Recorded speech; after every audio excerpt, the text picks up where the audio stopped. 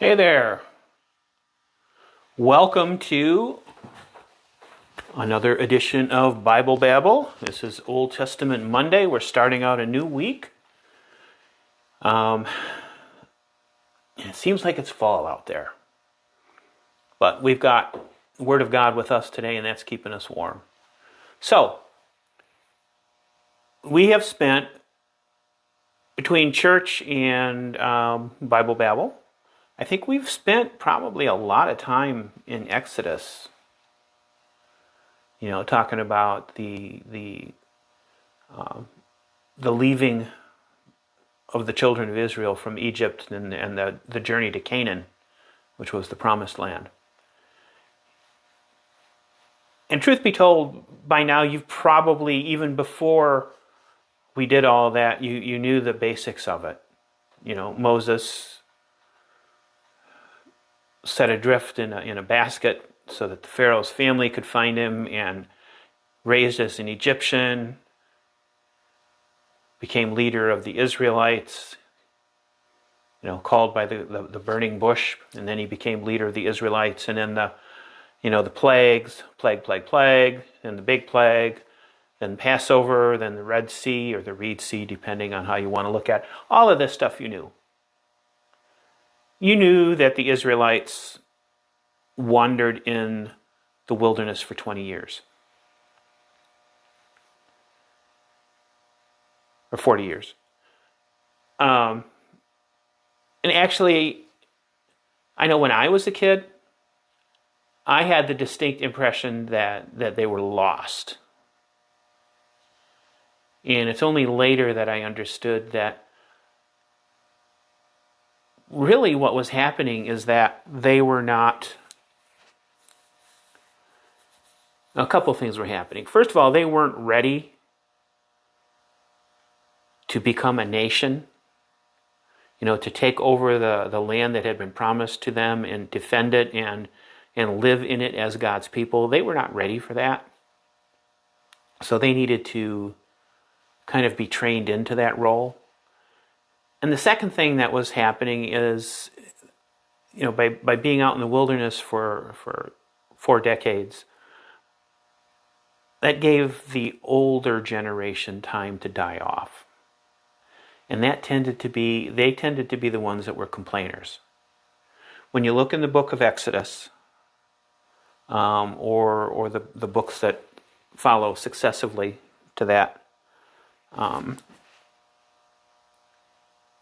Leviticus and Numbers and Deuteronomy, you will find generally that the complaints come relatively early in the journey. They'll be out somewhere and the people will say, "Oh no, we don't have any water. What are we going to do?" And then Moses has to, talk to God, and God works a miracle through Moses, and the people are believers again. And that happens more often than, we'd like to think. But eventually that journey comes to an end. And the Israelites at this point have fought a couple of battles, which was also part of being trained into the role of being the children of God, children of the covenant. And they get to the land of Canaan. They get just to the point where you can see it off in the distance, literally. Moses is up on Mount Nebo, and he's looking forward, he's looking north, and he's looking also slightly east. And there is this panorama of beautiful land before him. And this is the land of Canaan. It's the land that God had promised to them. It's the land that they called the land of milk and honey. It's where they were headed. And then Moses, after looking over and seeing that he had brought his people to their destination, Moses dies. Moses was not going to be allowed to enter into the promised land. And that was because he did a no-no out in the wilderness. One of those complaining times when the people were saying, oh no, we don't have any water, we're all going to die, why'd you bring us out here?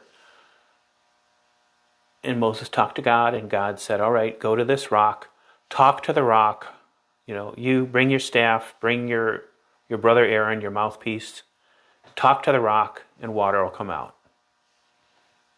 Enough water for everybody. So Moses gathered people, he went to the rock with his brother, with his staff, and he said, you guys want water? Here's your water. Basically, he hit the rock a couple times, and water came out. Of course, that was not what God had instructed him to do. He had instructed him to talk to the rock and tell the people that God was going to produce water for them.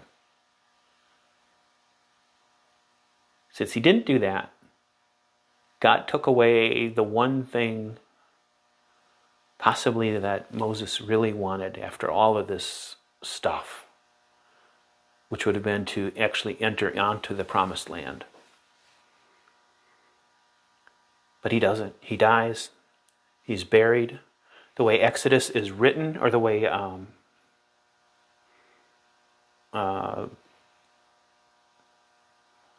Deuteronomy is where we see this story. The way it's written,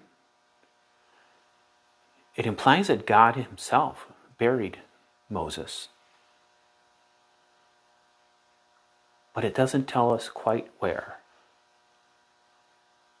So, Moses is buried in an unmarked grave, and the job of leading the people of Israel goes down to the guy who was sort of his chief of staff, and that was Joshua, son of Nun, who had been a young man when they left Egypt, now an older middle-aged man. And he was the leader. He was also kind of the chief warrior. And it fell on him to get them into the land of Canaan.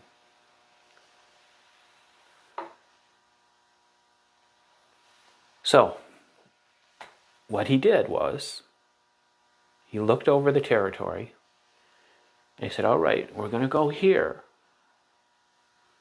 But to get to here, we have to go through, well, past technically, but we have to go through the area of influence of this city named Jericho. And we're not just going to walk right in there. And we're not going to offer to negotiate a safe passage. They had tried doing that earlier in the journey with some other towns or cities along the way, and they'd gotten into battle. So rather than do that, Joshua said, you know what, we're going to skip right to battle.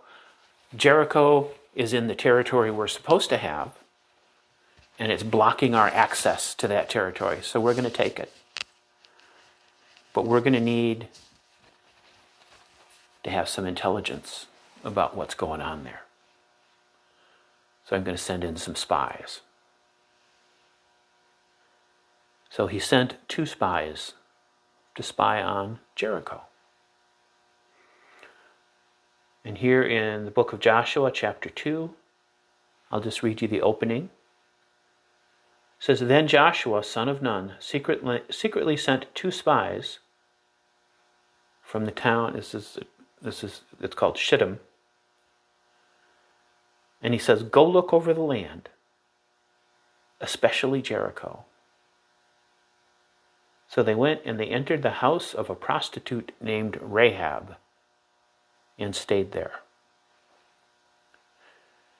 Now you might think it's interesting that 2 spies would go into a prostitute's house and stay there.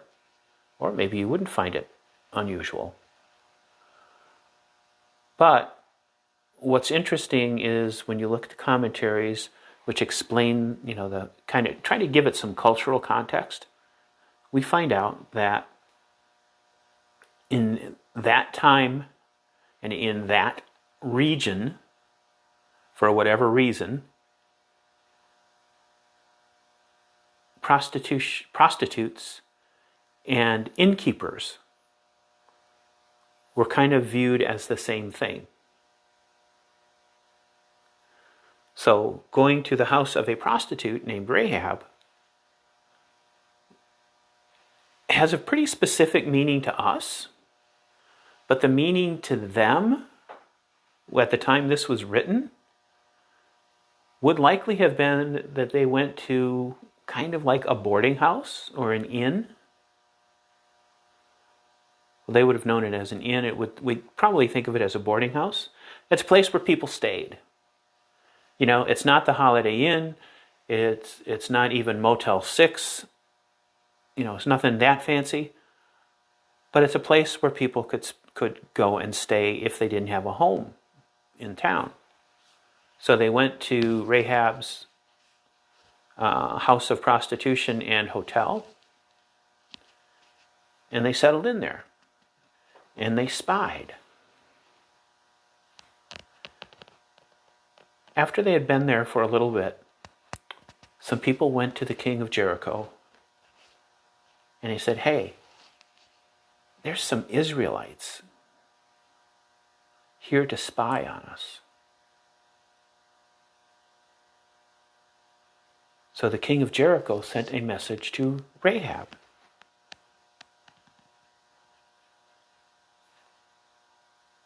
And it said, now, here's what we don't know. We don't know if Rahab was specifically turned in, or if Rahab maybe was the only house of prostitution / hotel in the area.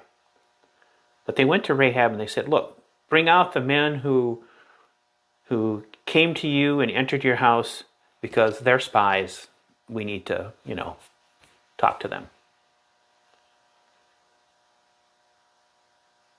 But Rahab, for some reason, had a sense that this was coming and hid the two men. Put them up on the roof. Buried them under some sheaves of,